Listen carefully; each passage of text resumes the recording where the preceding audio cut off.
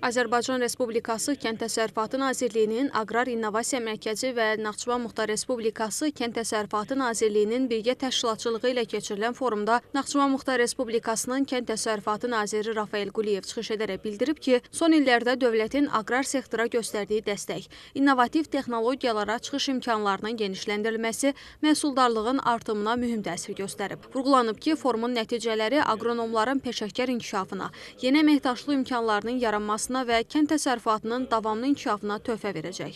Aqrar İnnovasiya Mərkəzinin direktoru Anar Cəfərov çıxışında qeyd edib ki, əsas məqsəd müasir texnologiyaların tətbiqi ilə aqronomların bilik və bacarıqlarının artırılmasına, fermerlərin isə innovativ həllərə çıxış imkanlarının genişləndirilməsinə dəstək verməkdir. Bildirib ki, müasir kənd təsərrüfatında uğur qazanmaq üçün aqronomlar yalnız elmi biliklərə deyil, həm də praktik təcrübəyə və innovativ texnologiyaları tətbiq etmək bacarığına sahib olmalıdırlar. Forumda Kənd Təsərrüfatı Nazirliyi yanında Aqrar Xidmətlər Agentliyinin sədri Sərdar Hacıyev, aparatın bitkiçilik təşkili və monitorinqi şöbəsinin müdiri Seymur Səfərlinin də çıxışları dinlənilib.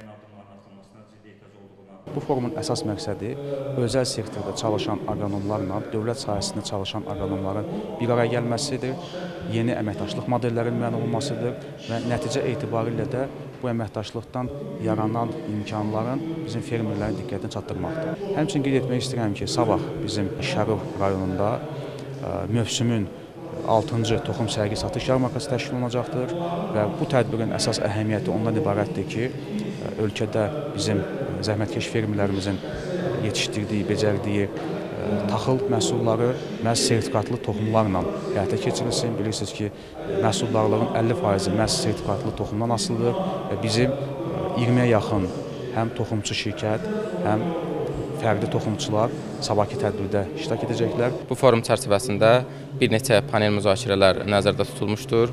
Həmin panel müzakirələrdə bitkiçiliyin, eləcə də heyvandarlığın, həmçinin kənd təsərrüfatının digər sahələrinin müzakirəsi aparılacaqdır ki, bu da müxtəlif respublikada fəaliyyət göstərən fermerlər üçün çox önəmlidir.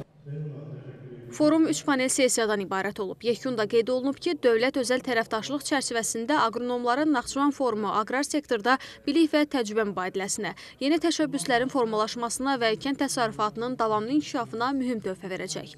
Tədbirdə dövlət və özəl sektorun nümayəndələri, aqronomlar, alimlər, fermerlər və aqrar sahənin digər mütəxəssisləri iştirak ediblər. Hafiz Əliyeva, Tərlan İbrahimova, Rahib Babayev, NTV Xəbər.